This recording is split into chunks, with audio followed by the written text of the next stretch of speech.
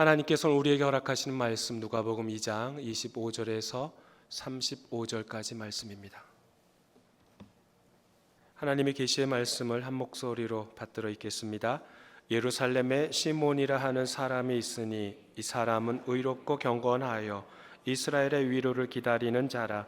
성령이 그 위에 계시더라. 그가 주의 그리스도를 보기 전에는 죽지 아니하리라 하는 성령의 지시를 받았더니 성령의 감동으로 성전에 들어가매 마침 부모가 율법의 관례대로 행하고자 하여 그 아기 예수를 데리고 오는지라. 시몬이 아기를 안고 하나님을 찬송하여 이르되 주제여 이제는 말씀하신 대로 종을 평안히 놓아주시는도다.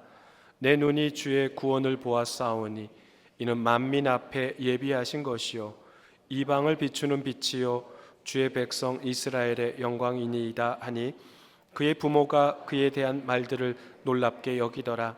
시몬이 그들에게 축복하고 그의 어머니 마리아에게 말하여 이르되 보라, 이는 이스라엘 중 많은 사람을 패하거나 흥하게 하며 비방을 받는 표적이 되기 위하여 세움을 받았고 또 칼이 내 마음을 찌르듯 하리니 이는 여러 사람의 마음의 생각을 드러내려 함이니라 하더라.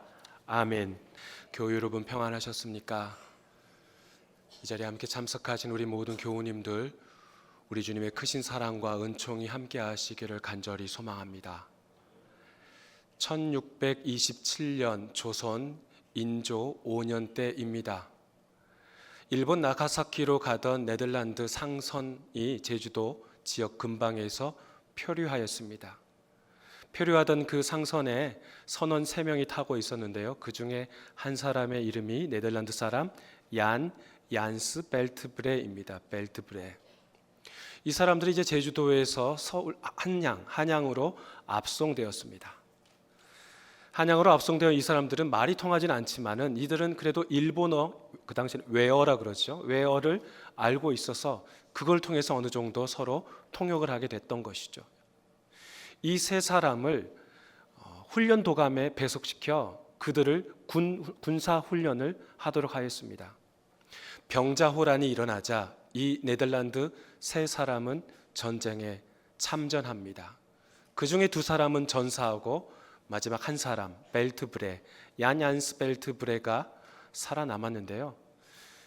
혹시 이 사실 아십니까? 벨트브레가 네덜란드 개혁교회 교인이었습니다. 그러니까 1627년에 우리나라에 처음으로 온 개신교인 외국인인 거죠.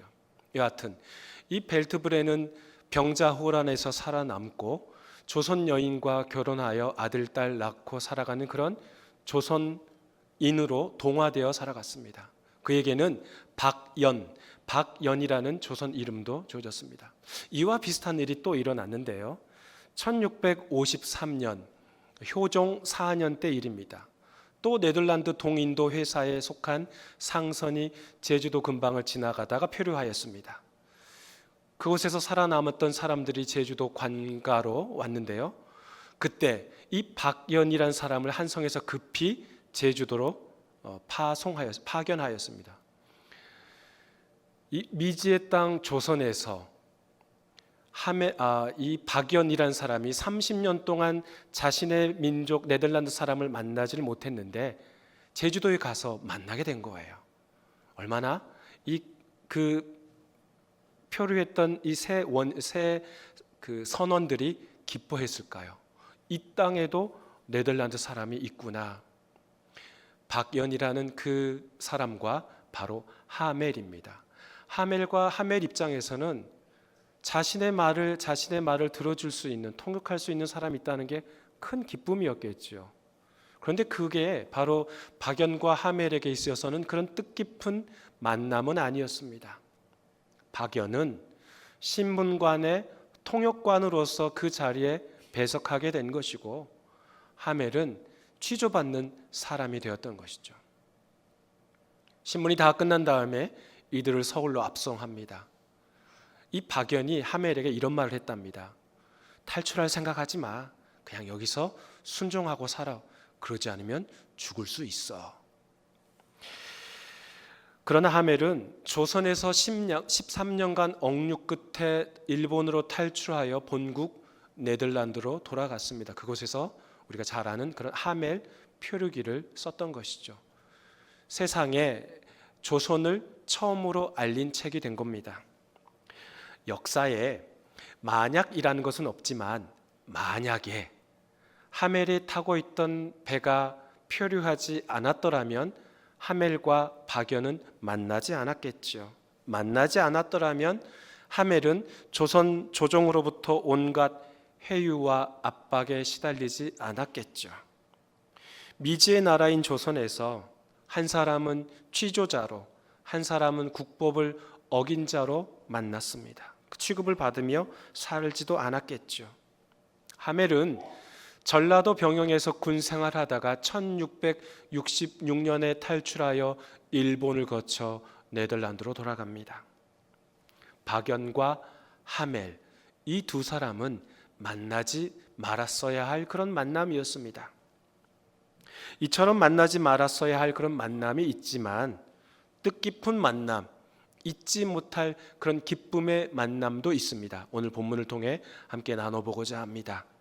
마리아와 요셉 부부는 아이가 태어난 지 8일 만에 할례를 행합니다. 할례는 이스라엘 백성들과 하나님 사이에 영원한 언약을 맺는 하나의 표시이지요.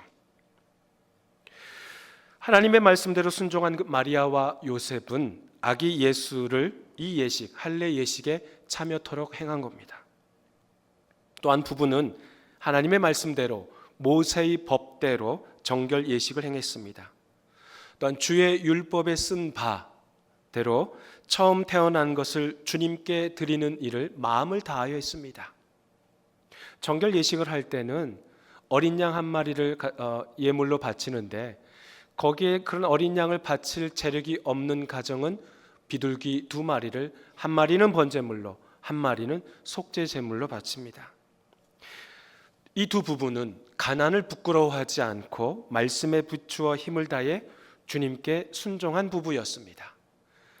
말씀 중심으로 살았던 이들이 성전에서 시므온을 만나게 된 것이죠. 본문 25절 26절 말씀 함께 읽어봅니다. 예루살렘에 시몬이라 하는 사람이 있으니 이 사람은 의롭고 경건하여 이스라엘의 위로를 기다리는 자라. 성령이 그 위에 계시더라. 그가 주의 그리스도를 보기 전에는 죽지 아니라 하리라 하는 성령의 지시를 받았더니 시므온이란 사람이 등장합니다. 그는 의로운 사람, 경건한 자라고 소개합니다. 경건하다, 의롭다, 경건하다라는 것은 그만큼 하나님과 깊은 관계를 맺었다, 또 밀접한 친밀한 관계를 맺었다라는 뜻이죠. 감히 어느 한 사람을 누가 의롭다 또 경건하다고 평가할 수 있겠습니까? 율법을 잘 지키는 자들에게 그런 의롭다 경건하다라고 말할 수 있겠습니까? 오직 하나님에 대한 믿음, 그 믿음만이 하나님께서 그를 의롭다 경건하다라고 평가하시는 것이죠. 하나님께서 아브라함의 믿음을 보시고 의롭다라고 말씀하신 것처럼 시므온을 의롭다라고 지금 누가복음의 저자는 평가하고 있습니다. 시몬은 또한 이스라엘의 위로를 기다리는 자입니다. 그리고 그 위에 성령이 그 위에 계셨습니다. 즉 성령의 사람입니다. 성령께서 시몬에게 그리스도를 보기 전에는 죽지 아니하리라, 죽지 않을 것이라 지시하였던 것이죠.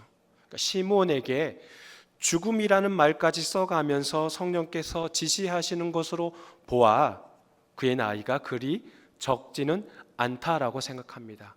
노인에 속할 나이인가 봅니다. 시므온은 이스라엘의 위로를 기다린 자입니다. 제가 여러분께 여쭤보겠습니다. 식민지 백성으로 살던 이스라엘에게 절실히 필요한 위로는 무엇일까요? 1번 건강, 2번 해방. 식민지 백성으로 살던 이스라엘에게 절실히 필요한 위로는 무엇일까요? 객관식이에요. 뭐예요? 뭐니 해도 건강이에요? 해방이죠, 해방. 로마 제국이 세금을 징수할 때 먹고 살 것도 넉넉지 않던 백성들에게 얼마나 큰 부담으로 다가왔겠습니까? 지역 차별, 계층 간의 차별, 식민지 백성이 감당해야 할 그 수많은 차별로 인해 육체적으로 정신적으로 얼마나 힘들었겠습니까? 이런 자들에게 현실적인 위로는 말 한마디가 아니죠. 해방이죠, 해방. 바벨론에서 포로로 살아간 지 수십 년이 흘렀습니다. 포로민으로 살던 이 이스라엘 백성들은 자신들의 죄로 인해서, 하나님의 말씀을 순종하지 않은 자신들의 죄로 인해서 예루살렘 성읍이 파괴되고 예루살렘 성전이 부수어졌다라고 생각한 겁니다. 이스라엘 백성은 바벨론의 마루둑 신에게 자신들이 믿은 여호와 신이 전쟁에서 졌기 때문에 패전 국가로서 그들은 끌려가 포로가 되어 수치와 모멸을 참아가며 바벨론 땅에서 살아간다라고 생각했습니다. 이스라엘 떠난 지 벌써 50년이 넘었습니다.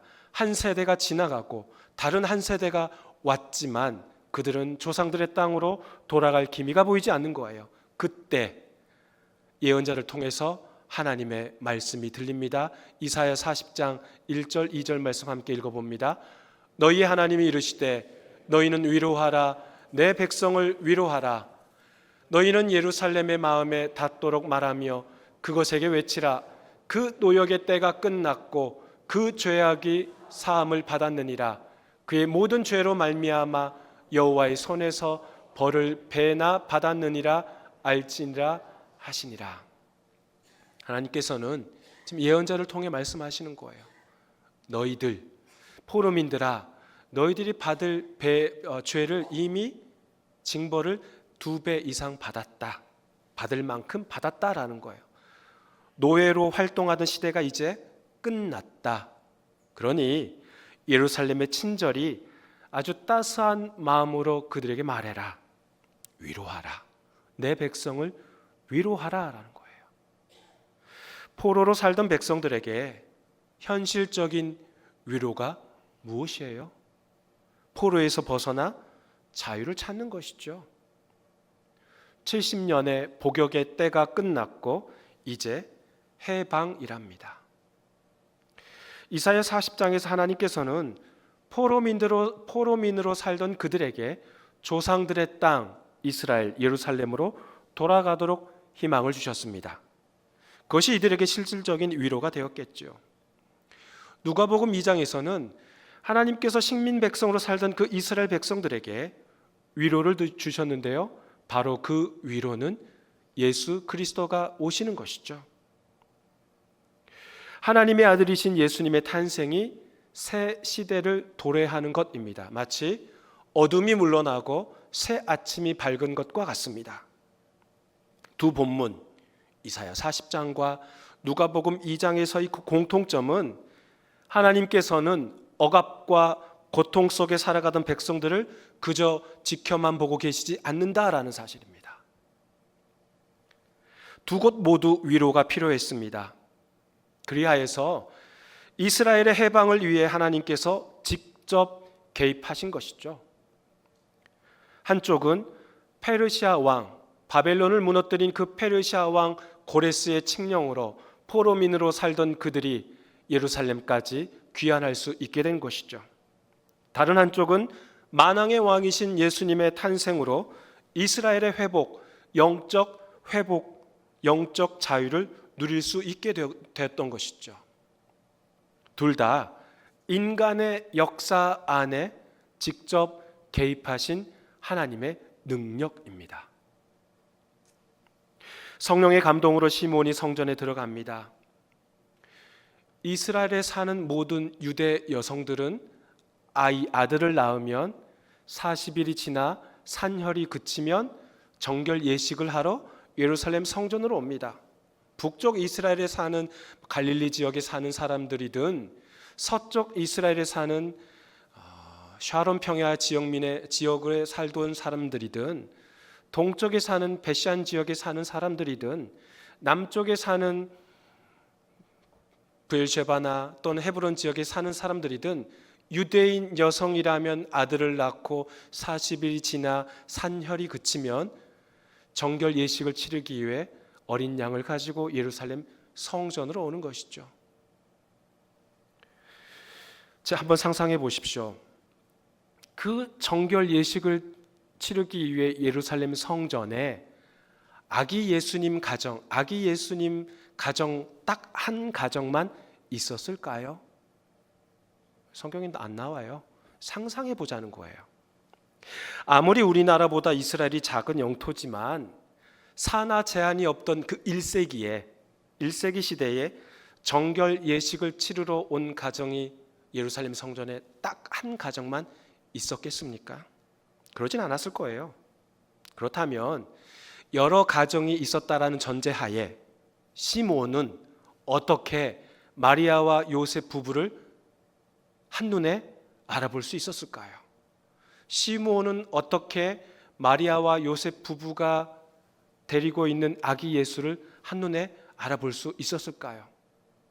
한 번도 그런 거 궁금증 없으셨어요? 그냥 그런가 보다 하고 읽으셨어요? 얼마든지 생각해 볼 수 있는 거잖아요. 정답은 성령이죠. 성령. 마리아가 잉태한 아이는 성령으로 잉태된 아이입니다. 시므온 또한 성령의 지배받은 사람입니다. 성령의 지시를 따라 성령의 감동으로 성전에 들어왔으니 성령으로 잉태된 아기 예수를 한눈에 알아볼 수 있을까요? 없을까요? 알아볼 수 있죠. 단번에 알아볼 수 있죠.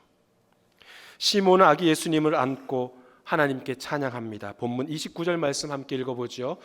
주제여 이제는 말씀하신 대로 종을 평안히 놓아 주시는도다. 따라해보죠. 주제여. 주제여는 누가복음과 사도행전에만 나오는 독특한 단어입니다. 주제여 또는 대주제여. 주제여란 말은 주권을 다스리는 분이시여, 모든 것을 통치하시는 분이시여 라는 뜻인데요, 하나님의 절대적인 주권과 신실하심을 인정한다라는 그런 의미이죠. 시므온은 기다리던 그 이스라엘의 위로를 주실 분을 만난 거예요. 시므온은 아이를 들고 자신을 평안히 놓아주시라고 지금 노래하고 있어요. 평안히 놓아주다라는 것은 성령께서 시므온에게 한 지시가 있었죠. 그가 주의 그리스도를 보기 전에는 죽지 아니하리라라고.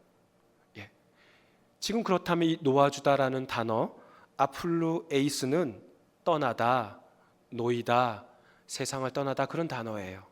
그러니까 이제 하나님의 위로를 보았으니, 이제 주님을 보았으니 자신은 어떻게 해도 된다는 거예요. 죽어도 좋다는 거예요. 이제 죽어도 좋다. 성령의 사람은 이런 사람이에요. 자신의 임무를 다 완수했으니 이제 죽어도 좋다라는 거예요. 자신의 임무를 완수하였기에 직무에서 벗어나는 것처럼 이제 일에서 놓이다, 일에서 벗어나다라는 의미로 해석합니다. 그렇습니다. 성령의 사람은 개인의 욕망을 위해서 살아가는 사람이 아닙니다. 성령의 사람은 그저 자신의 가정을 위해서만 살아가는 사람이 아닙니다. 성령의 사람은 타인을 위해, 공동체를 위해, 또 민족을 위해 간구하며 살아가는 사람입니다. 이스라엘의 위로를 기다렸던 시므온은 메시아로 오신 아기 예수를 알아보고 자신의 임무를 완수했노라고 그렇게 지금 노래하고 있는 것이죠. 사랑하는 교회 여러분, 우리 안에 성령께서 계시는 것을 믿으십니까? 우리가 드리는 기도 중에 성령 충만함을 놓고 기도하지요. 그렇다면 우리는 성령의 사람입니다. 성령의 사람은 내 자신을 자랑하기에 살아가는 사람이 아니에요. 내 학벌, 내 어떤 스펙, 그런 걸 자랑하기 위해 살아가는 사람이 아니에요. 성령의 사람은 내 가정의 소원을 위해서만 기도하는 사람이 아니라는 거예요. 우리 아이가 이번에 진학하는데, 우리 아이가 이번에 대학 졸업하고 취직해야 하는데, 그런 가정의 소원만을 위해서 간구하며 살아가는 사람이 아니라는 거예요. 성령의 사람은 교회 공동체를 위해, 신앙 공동체를 위해, 민족 공동체를 위해 기도하며 사는 사람입니다.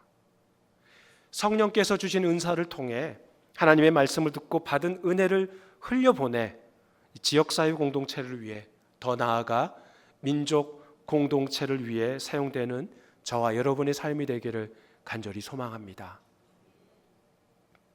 시몬 아기 예수님을 안고 계속 노래하는데요, 30절부터 32절까지 말씀 함께 나눠보겠습니다. 읽어보겠습니다.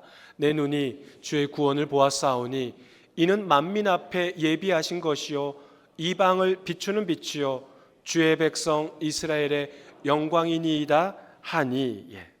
시몬은 지금 이렇게 노래하고 마칩니다. 그러자 마리아와 요셉의 반응이 나오지요. 그들은 시몬의 노래를 듣고 놀랍게 여기더라 라고 합니다. 놀랍게 여기더라. 이 놀랍게 여기다는 단어가 누가복음 1장 63절에서 요한의 아버지 사가랴가 서판에 요한이라고 이름을 쓰자 그의 봉해진 입이 열리잖아요. 그때 주변에 있던 친족들이 놀랍게 여기다라고 나옵니다. 누가복음 2장 18절에서는 천사가 전해준 말을 목자들이 그대로 주변 사람들에게 전하자 주변에 있는 사람들이 놀랍게 여기다라고 나와요. 이 놀랍게 여기다라는 단어는 모두 오늘 본문에 나온 놀랍게 여기다는 단어와 같이 다 같은 뿌리에서 시작된 단어입니다. 이 단어는 기적이나 초자연적인 현상을 보고 일반적으로 자연스럽게 나오는 반응이 바로 이 놀랍게 여기다예요. 이 부부가 시몬의 노래를 듣고 놀랍게 여길만 하다라는 거죠. 보십시오. 아이를 안고 시몬이 그 아기와 예수와 눈을 맞추면서 내 눈이 하나님의 구원을 보았다라고 지금 말해요. 즉 이스라엘이 그토록 바라던 그 하나님의 구원이 이 아이를 통해 완성될 것이라는 것을 암시하고 있는 것이죠.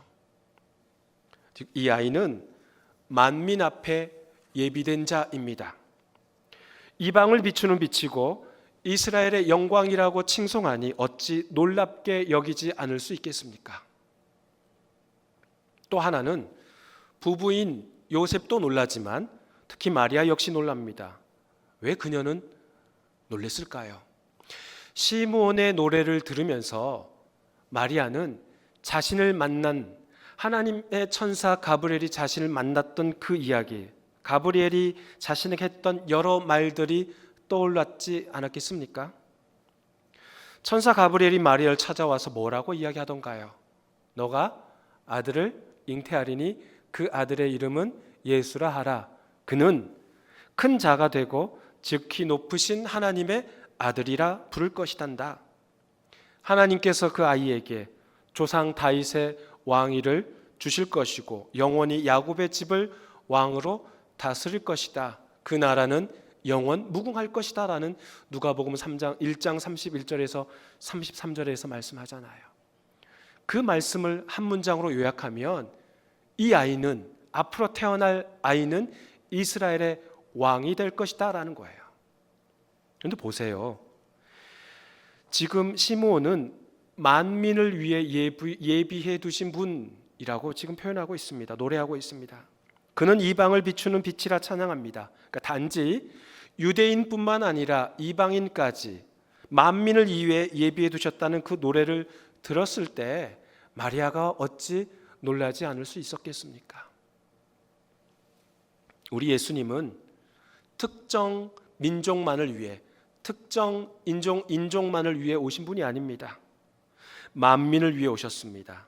그러니까 저와 여러분이 바로 지금 이 자리에서 하나님을 찬송하고 있지 않습니까?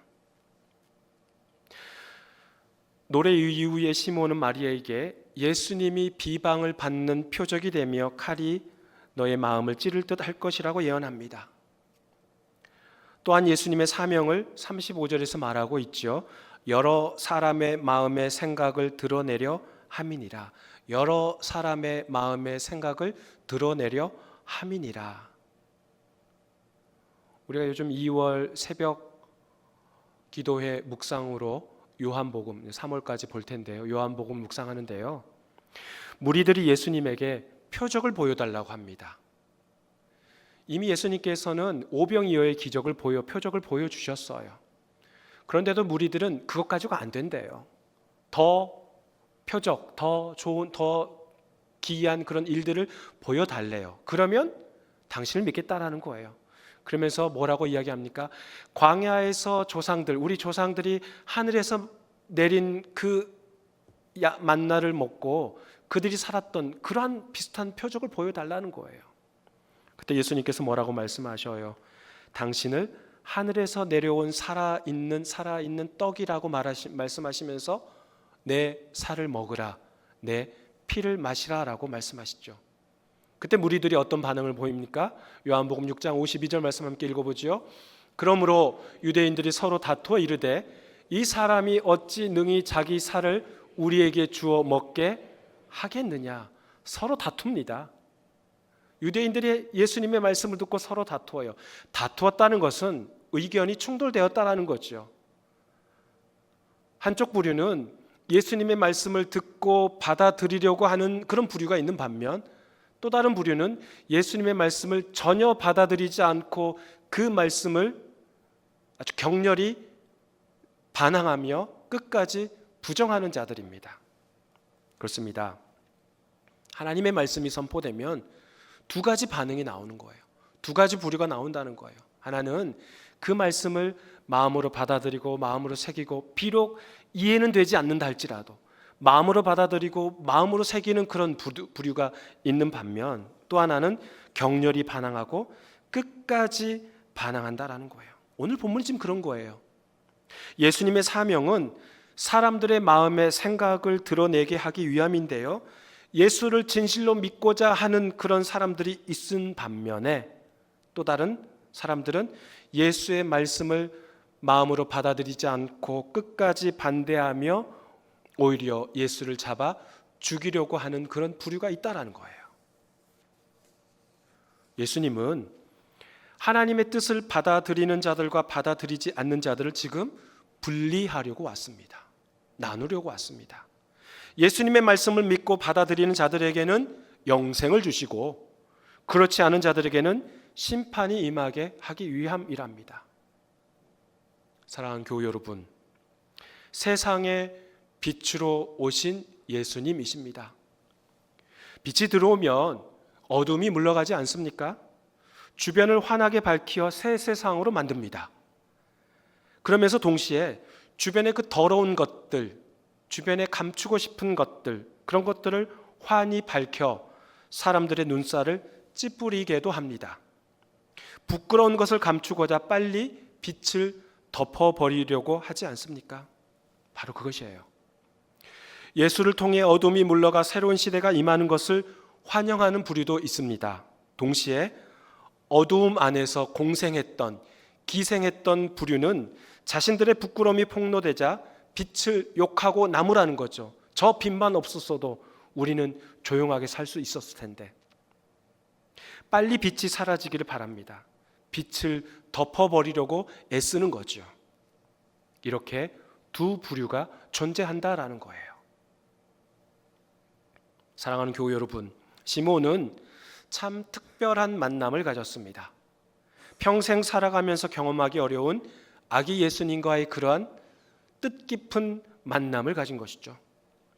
시몬은 하나님으로부터 인정받았던 자였습니다. 성령의 지배를 받은 자였습니다. 성령의 지시를 따르던 자였습니다. 성령의 인도하심으로 살아내던 자였습니다. 그러하기에 성령의 사람인 시몬을 하나님께서 당신의 도구로 삼으신 것이죠. 성령의 사람으로 살아가는 여러분에게 우리 주님께서 귀한 도구로 사용하여 주실 줄 믿습니다. 의롭고 경건한 자로 부르던 시므온처럼 하나님 앞에 제대로 평가받는 자 되시기를 주의 이름으로 축원합니다. 바로 그런 사람에게 우리가 상상하는 것 그 이상으로, 우리가 생각하는 것 그 이상으로 풍성한 만남, 특별한 만남을 하나님께서 허락하여 주실 것입니다. 기도하겠습니다. 하나님 아버지, 감사합니다. 성령의 사람으로 살아간 시므온에게 의롭고 경건한 자라고 부르셨고 불러주셨고, 또한 성령의 지배를 받아 성령의 감동으로 아기 예수님을 만나 하나님께서 이스라엘의 위로를 기다리던 자에게 그 기다림 끝에 아기 예수님을 통하여 그 모든 것을 완성케 하셨습니다. 하나님, 우리 또한 내주하시는, 우리 안에 내주하시는 성령 하나님께서 우리를 지배하여 주시고 우리를 인도하여 주시고 성령께서 이끄시는 대로 우리의 인생길을 묵묵히 걸어갈 수 있도록 하나님 도와주시옵소서. 감사드리며 예수님의 이름으로 기도하옵나이다. 아멘.